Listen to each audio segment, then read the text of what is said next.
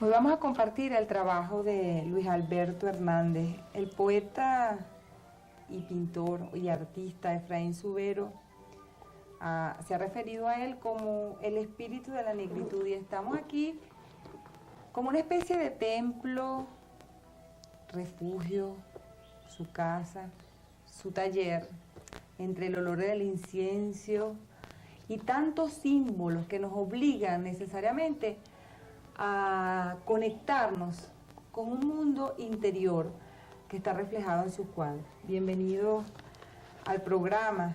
Y un poco por qué su obra está impregnada de tanta magia, religiosidad, por qué tanto valor a lo sagrado, a lo espiritual, a lo mágico religioso. Bueno, Dameli, gracias ante todo por haberme invitado a estar en tu programa. Mira, yo pienso que es una opción tal vez de las más ciertas con que cuenta el hombre contemporáneo, la religiosidad. Tal vez esa sea una de las vías, al menos para resolver las cosas de manera individual. Por eso, porque es una opción, es que yo trabajo lo sagrado en mi obra. ¿Por qué el color negro? Bueno, el trabajo que yo desarrollé anteriormente se basaba en una concepción simbólica del color, donde el negro era fundamental, ¿no? Yo hice un juego con las etapas de la obra alquímica, que pasa por 4 momentos simbólicos, y los colores que yo usaba corresponden a cada uno de esos 4 momentos. Eran fundamentalmente el negro, el rojo, el blanco y el oro, esos 4 momentos, ¿no? El negro es siempre la materia que hay que transformar, que hay que llevar a una condición de elevación espiritual. Tal vez debe ser por eso, porque ando en un trabajo de transformación de ese estado. Y entonces por eso usted se viste de negro. Porque usted mismo anda en una propia transformación, en la transformación a través de su arte. Sí, probablemente sí. Eso en primera instancia tiene que ver conmigo mismo. Y luego, pues, si el espectador se llega a conectar por afinidad con esa propuesta, también debe andar probablemente en esas búsquedas. Pero luego hay otra cosa allí de simple gusto estético. Yo soy del signo Escorpión. La gente de Escorpión tiene tendencia a las cosas oscuras, de tal manera que yo siento mucha afinidad por ese color. Yo quiero que me hables de esos hechos cotidianos que de alguna manera marcaron su infancia y que están traducidos en magia. Bueno, las vivencias de la infancia en Puerto La Cruz, lo que a mí me tocó vivir de niño, no es diferente a lo que se puede vivir en cualquier lugar de la provincia.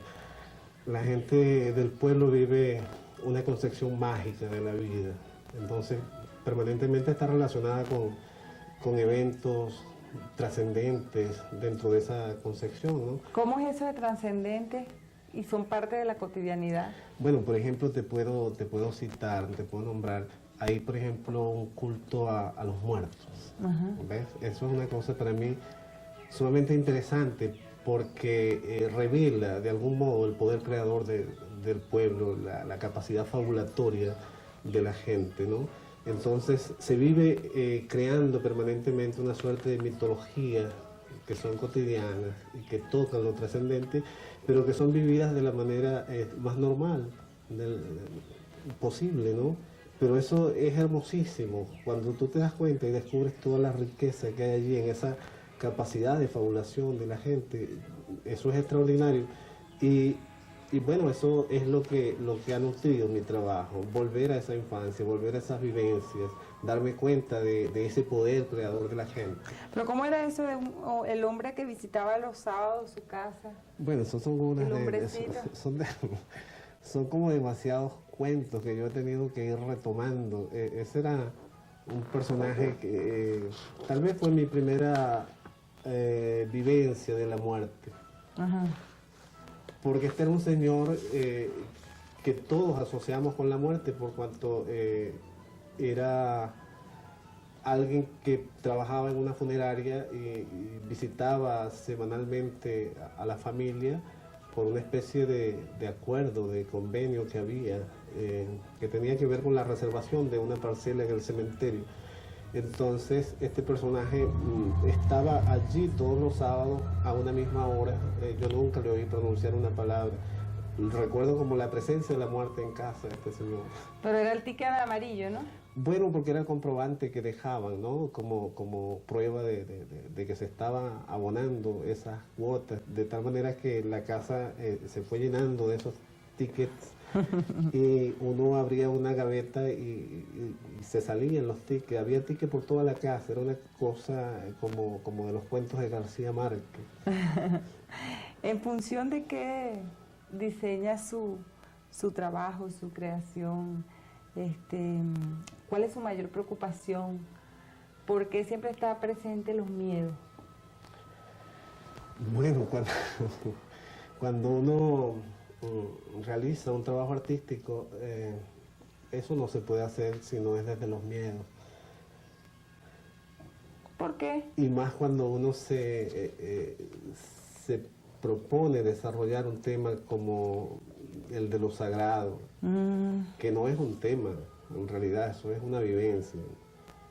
Pero como quiera que es algo que tú no sabes realmente de lo que se trata, porque eso se le intuye, se le presiente, pero nunca se le llega a conocer en realidad. Y bueno, eso a mí particularmente me produce mucho miedo. Y desde allí es que hago las cosas que hago. Pero la creación no debería dar miedo. Depende. Porque a veces yo creo que está más vinculado al placer, ¿no? No siempre, no siempre. Yo pienso, a propósito de eso, que a cada artista le corresponde inventar su propio método, su propia manera de aproximarse al hecho creativo, ¿no? Hay artistas a los cuales probablemente crear les produce bastante placer. Ese no es mi caso. Mi caso es exactamente lo contrario. Crear para mí es un proceso de mucho dolor, de mucha angustia. Y sin embargo, o sea, quiere decir que usted vive a través de la angustia, porque su casa es su taller y es un refugio, y usted mismo, entonces quiere decir que sufre. Seguramente que sí. Seguramente que sí. Para mí pintar es un proceso doloroso. Lo que pasa es que no puedo hacer otra cosa. Quizá porque usted pinta hacia adentro. O desde adentro. O desde adentro, tal vez. Sin duda que sí. ¿Pero usted cree que coloca la obra fuera de sí? ¿Fuera de usted mismo? Claro, la obra sale, es un hecho material que se produce y está allí, la gente la percibe. Pero eso surge de una interioridad conflictiva, tal vez, ¿no? El uso de los símbolos, cruces, puñales, letras, cifras, grafismos, huesos de animales y otros elementos de la magia y la santería, tiene que ver mucho con su mundo interior, tiene que ver con que la comodidad en el uso de estos elementos para expresar... Hay varias cosas allí. El hecho religioso es una experiencia sumamente compleja. El hombre se ha valido de infinidad de objetos simbólicos para aludir siempre a lo sagrado, que es lo que a mí me interesa trabajar en mi propuesta. Bueno, yo he recreado en muchísimos casos esos objetos en mi trabajo, a veces aludiéndolos simbólicamente, otras veces colocándolos directamente. Hay una intención, por una parte formal, de trabajo formal con la obra, y estética por el uso y el tratamiento que se le da a esos objetos, pero hay también la intención de simbolizar siempre, de aludir siempre a esa realidad que es lo sagrado.